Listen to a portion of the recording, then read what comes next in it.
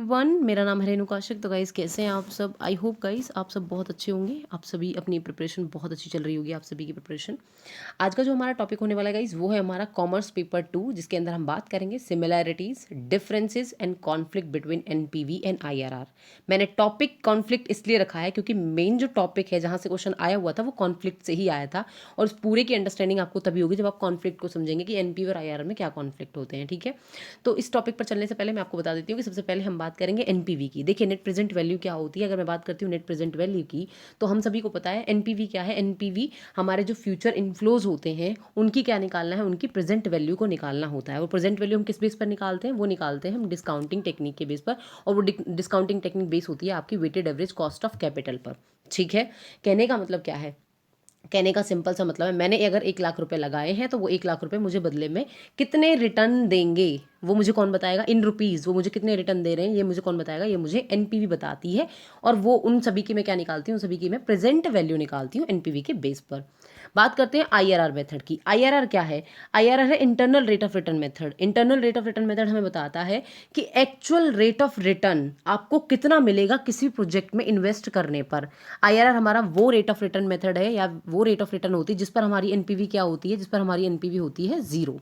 ठीक है, तो वो रेट ऑफ रिटर्न जिस पर हमारी एनपीवी जीरो होती है, हमारे इनफ्लोज इक्वल होते हैं हमारे आउटफ्लोज के, वो हमारा क्या है? वो हमारी internal rate of return method है।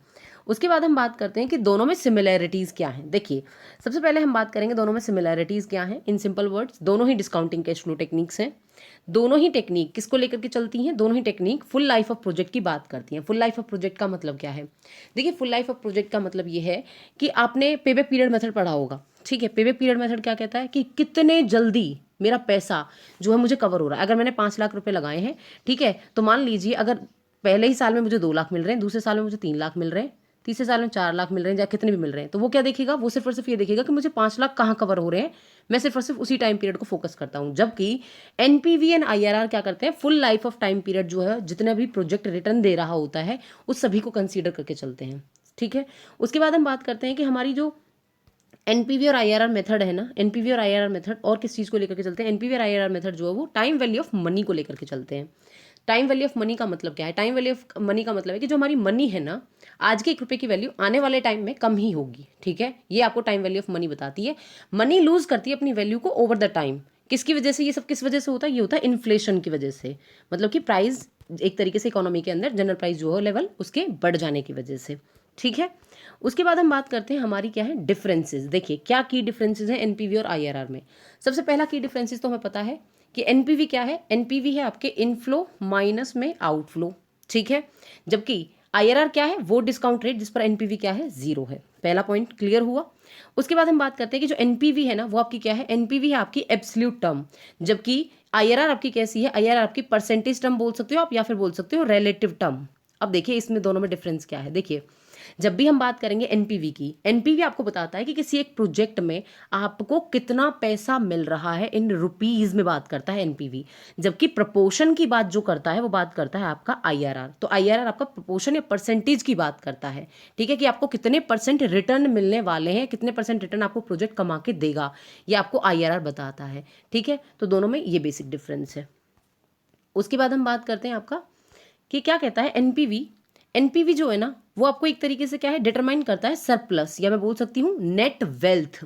देखिए जब भी बात वेल्थ की आती है ना, तो हमें ध्यान में रखना है कि हमें क्या बताता है? एनपीवी हमें बताती है कि हमें किसी प्रोजेक्ट से कितना पैसा मैंने लगाया, 1 लाख रुपए, ये मुझे कितना रुपीज़ में एक तरीके से जनरेट करके देगा। मेरी वेल्थ को मैक्सिमाइज करने में सबसे बड़ा रोल कौन प्ले करती है? मेरी एनपीवी रोल प्ले करती है। जबकि नो प्रॉफिट और नो लॉस या ब्रेक इवन की सिचुएशंस को कौन शो करता है? आपका आईआरआर शो करता है। आईआरआर क्या है? वो रेट ऑफ रिटर्न है जहां पर एनपीवी क्या हो जाती है? Zero, no profit no loss, या मैं बोल सकती हूँ कि जहां पर ये बात करता है किस चीज की? जहां पर ये बात करता है आपकी कि आपकी एनपीवी क्या हो रही है? आपकी एनपीवी हो रही है जीरो।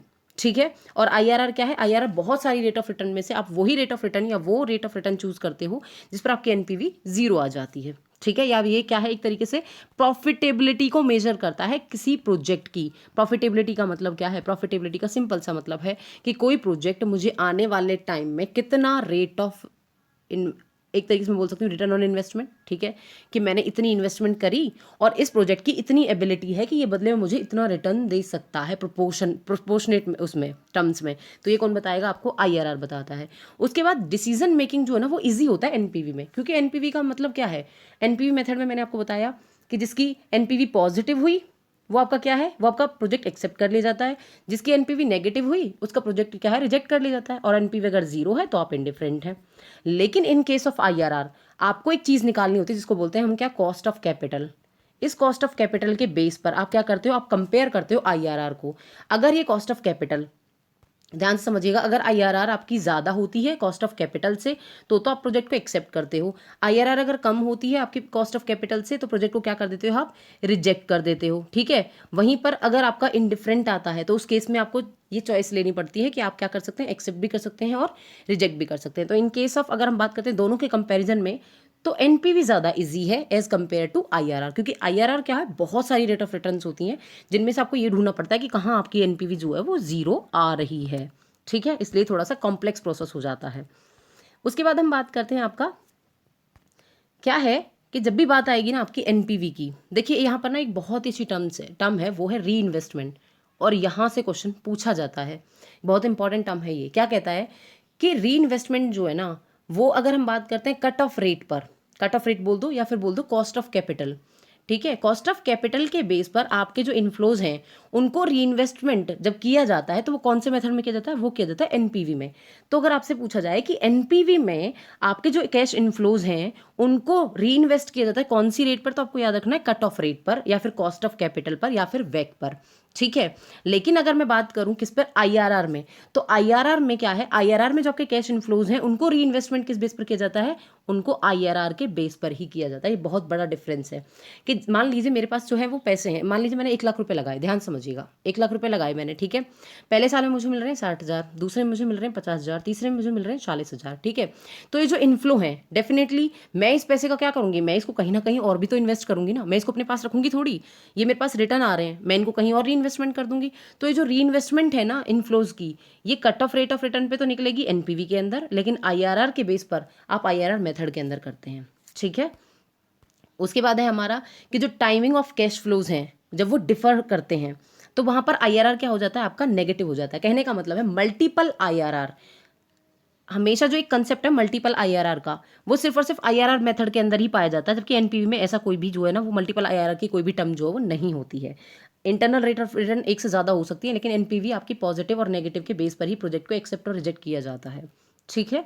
उसके बाद हम बात करते हैं कि अगर इनिशियल इन्वेस्टमेंट बहुत ज़्यादा हाई है, मतलब कि आप शुरुआत में अगर पैसा बहुत ज़्यादा लगा रहे हैं, ठीक है, तो एनपीवी क्या होती है? उस केस में क्या होता है? एनपीवी जो है वो आपकी जो कैश इनफ्लोज है, मतलब आप शुरुआत में पैसा बहुत ज़्यादा लगा रहे हैं, ठीक है। लेकिन IRR के केस में क्या होता है? IRR आपको क्या प्रोवाइड कर रहा होता है? IRR आपको प्रॉफिटेबिलिटी बता रहा होता है। मतलब कि इनिशियल इन्वेस्टमेंट अगर हाई है तो एनपीवी के जो कैश इनफ्लोज होंगे वो भी क्या होंगे? आपको लार्ज, एक तरीके से ज़्यादा पैसा आपको क्या करना पड़ेगा? एक तरीके से लगाना पड़ेगा, ठीक है। ज़्यादा रेट ऑफ रिटर्न आप एक्सपेक्ट कर रहे होंगे। लेकिन IRR के केस में क्या होगा? IRR के केस में प्रॉफिटेबिलिटी बताएगा आपको कि आपने इतना लगाया और ये आपको इतना प्रपोर्शन में जो है वो दे रहा है, ठीक है। तो यहाँ पर क्या है? IRR बेटर रिजल्ट प्रोवाइड करता है एज कंपेयर टू एनपीवी।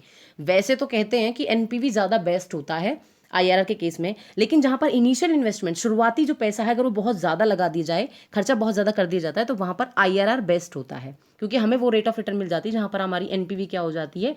हमारी एनपीवी जीरो हो जाती है, ठीक है।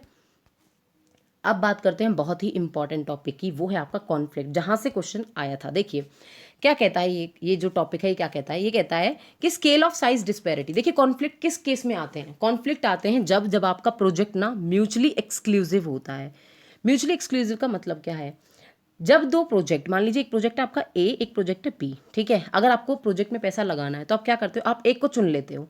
जब आपने एक को चुन लिया ना तो बी अपने आप ही रिजेक्ट हो गया। इसको बोलते हैं म्यूचुअली एक्सक्लूसिव रिजल्ट, ठीक है। लेकिन कई बार क्या होता है, मान लीजिए एक प्रोजेक्ट है ए, एक प्रोजेक्ट है बी, ठीक है, आप दोनों में ही पैसा लगा रहे हैं, इसका फर्क इस पे नहीं पड़ रहा है। वो होते हैं आपके इंडिपेंडेंट प्रोडक्ट, ठीक है ना, जो आपस में एक दूसरे से क्या करते हैं, जिनमें आप दोनों को सेलेक्ट कर सकते हैं, दोनों को ही रिजेक्ट कर सकते हैं, वो आपके इंडिपेंडेंट प्रोजेक्ट होते हैं। जबकि म्यूचुअल एक्सक्लूसिव प्रोजेक्ट कौन से होते हैं, आपने एक को सेलेक्ट किया तो दूसरा अपने आप ही क्या हो जाता है, रिजेक्ट हो जाता है, ठीक है। अब म्यूचुअली एक्सक्लूसिव प्रोजेक्ट जब होते हैं ना, तो उस केस में आपके क्या होते हैं, आपके एनपीवी और आईआरआर के बीच कॉन्फ्लिक्ट अराइज हो जाता है। आपको समझ में नहीं आता कि हम एनपीवी मेथड का यूज़ करें या आईआरआर का यूज़ करें। देखिए, सबसे पहले हम बात करते हैं किसकी, स्केल ऑफ साइज डिस्पैरिटी। क्या कहता है, स्केल बोल दो या फिर साइज ऑफ डिस्पैरिटी की बात कर लेते हैं। देखिए क्या कहता है ये मेथड सिंपल वर्ड्स में आपको कहता है कि अगर डिफरेंसेस आ जाते हैं स्केल में, मतलब कि मान लीजिए ये है एनपीवी, मान लीजिए दो तरह के प्रोजेक्ट हैं, ठीक है। एक प्रोजेक्ट है ए, एक प्रोजेक्ट है बी, ठीक है।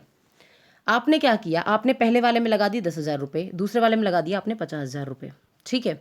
अब अगर हम देखते हैं एनपीवी के अकॉर्डिंग जो है ना, वो बी ज़्यादा अच्छा है, जबकि अगर हम देखें तो आईआरआर के अकॉर्डिंग आपका ए अच्छा है। तो यहाँ पर कॉन्फ्लिक्ट आ जाता है, आपको समझ में नहीं आता कि भाई कौन सा मेथड हम यूज़ करें, ठीक है ना।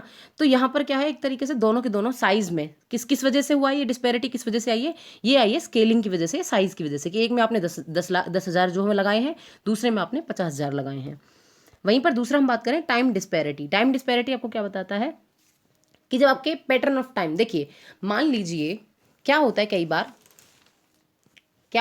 कि जो है मान लीजिए मैंने किसी प्रोजेक्ट में अपना पैसा लगाया, ठीक है, और दोनों ही प्रोजेक्ट जो है ना, वो आपको क्या कर रहे हैं कि एक प्रोजेक्ट आपको शुरुआत में बहुत अच्छा दे रहा है। देखिए larger part of cash inflows में be occur in the beginning and end of the project. क्या कह रहा है कि कई बार क्या होता है, मान लीजिए दो प्रोजेक्ट हैं, एक प्रोजेक्ट है ए, एक प्रोजेक्ट है बी, ठीक है। ए प्रोजेक्ट आपको शुरुआत में बहुत अच्छा पैसा कमा के दे रहा है, ठीक है, लेकिन जो बी प्रोजेक्ट है वो आपको एंड में ज़्यादा पैसा कमा के दे रहा है। तो अब आप यहाँ पर कंफ्यूज हो जाएंगे कि मैं कौन से प्रोजेक्ट को चूज करूं, और एनपीवी का यूज करूं या फिर मैं आईआरआर को चूज करूं, ठीक है। तो यहां पर क्या है, एक तरीके से टाइम डिस्पैरिटी आ जाती है कैश इनफ्लोज के अंदर। उसके बाद हम बात करते हैं, यहाँ पे इसको टाइम डिस्पैरिटी बोल सकते हैं, उसको पैटर्न डिस्पैरिटी भी बोलते हैं, याद रखिएगा। ये टाइम के अलावा पैटर्न डिस्पैरिटी के नाम से भी आ सकता है, ठीक है। उसके बाद है disparity in life of proposal. Life of proposal का मतलब क्या है कि एक प्रोजेक्ट, ध्यान समझिएगा, कि एक प्रोजेक्ट जो रिटर्न दे रहा है ना आपको, वो पहले साल में ज़्यादा दे रहा है, ठीक है, और दूसरा जो प्रोजेक्ट है ना, वो आपको जो रिटर्न कमा के दे रहा है ना, मान लीजिए एक प्रोजेक्ट है ए, ठीक है, एक प्रोजेक्ट है ए, एक प्रोजेक्ट है बी, ठीक है। ये वाला जो प्रोजेक्ट है ना, ए प्रोजेक्ट जो है, ठीक है ना, वो आपको मान लीजिए आपने 1 लाख रुपए इन्वेस्ट करे, ठीक है। ये 1 लाख रुपए आपने ये ए प्रोजेक्ट आपको 2 साल के अंदर अंदर 1 लाख रुपए जो कवर करके दे रहा है। वहीं पर ये बी प्रोजेक्ट है, ठीक है, ये आपने 1 लाख रुपए इन्वेस्ट करे, लेकिन ये आपको क्या कर रहा है, 50,000 50,000 ना करके ये आप मान लीजिए 20 करके ऐसे दे रहा है। कहने का मतलब क्या है, ये वहीं पर 5 साल में आपको कवर करके दे रहा है। तो क्या देखेंगे आप, यहाँ पर क्या मिल रही है आपको, लाइफ डिस्पैरिटी, कि एक प्रोजेक्ट की लाइफ कितनी है, ठीक है ना। तो कहने का मतलब क्या है, यहाँ पर आपको 3 चीज़ें याद रखनी है, जब स्केल और साइज में डिस्पैरिटी हो, जब टाइम में या पैटर्न में डिस्पैरिटी हो, और जब लाइफ में डिस्पैरिटी हो, तो वहाँ पर क्या होता है, म्यूचुअली एक्सक्लूसिव प्रोजेक्ट के केस में आपका एनपीवी और आईआरआर मेथड के बीच में क्या हो जाता है, कॉन्फ्लिक्ट अराइज हो जाता है। ये था पूरा का पूरा टॉपिक आज का। आई होप ये पूरा का पूरा टॉपिक आपको समझ में आया होगा। अब चलते हैं क्वेश्चन पर जो 2020 के अंदर पूछा गया था। देखिए पूछा गया था आपसे, net present value and internal rate of return method yield conflicting overcome due to, किस वजह से जो है एक तरीके से जो कॉन्फ्लिक्ट अराइज होते हैं, कौन कौन से तीन तरह के कॉन्फ्लिक्ट जो है वो अराइज होते हैं। हम बात करते हैं अनकन्वेंशनल कैश फ्लोज हैं, या फिर investment size disparity, investment life disparity, या कैश फ्लो पैटर्न डिस्पैरिटी। अभी मैंने बताया आपको, सबसे पहला आप देखेंगे स्केल और साइज, सेकेंड आप देखेंगे लाइफ, और थर्ड मैंने बताया था अभी आपको कि टाइम बोले या पैटर्न बोले, तो आपको याद रखना है। तो आप अगर आप ऑप्शन के अकॉर्डिंग जाएंगे तो ऑप्शन नंबर 4 जो है वो इसका राइट आंसर होगा। आई होप आपको क्लियर हो गया होगा पूरा का पूरा topic. Thank you so much guys.